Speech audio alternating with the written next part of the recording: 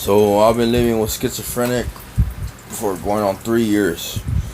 Um, I think it could have been. I have a video that says X though, where I think it could have been um, drug use. I started using drugs when the age of 15. From 15 all the way to with schizophrenic. It started. It could have been karma. I don't know what it could have been. I still try to point a finger on it. I used to do meth when I was 27 years old, and that could have replaced. That could have done some kind of thing.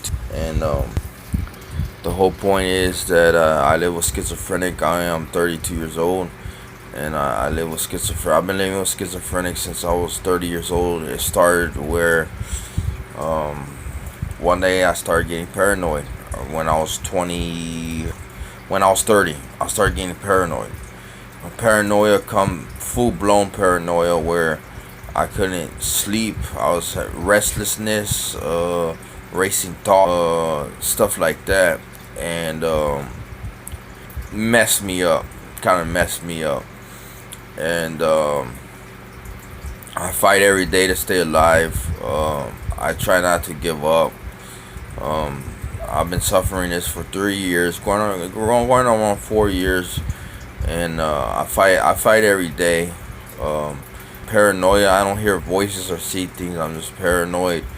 And then my brother tells me, "Well, what are you paranoid about?" I don't know. It's just paranoia is always it hits me, and I take Xanax. That's the only thing that works. Lorazepam, and that's the only thing that works. But it could have been my drug use. It could have been my karma. It could have been all the evil stuff that I done in the past came back to bite me in my ass. I don't really know. But that's what happens when you play with fire. You're gonna get. So that's what happened to me. I was playing with fire, and I got what the teacher says. Don't.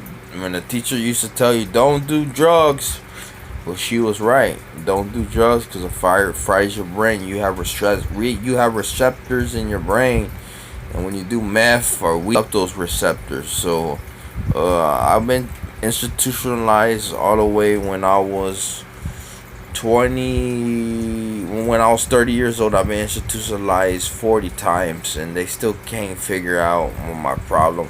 I had got my schizophrenia in my arm, which I don't think it really helps, but that's just living with schizophrenic paranoia. So like I said, it could have been karma, it could have been witchcraft.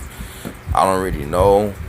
But I pray to the Most High, and that's all I gotta say. Is living with schizophrenic. I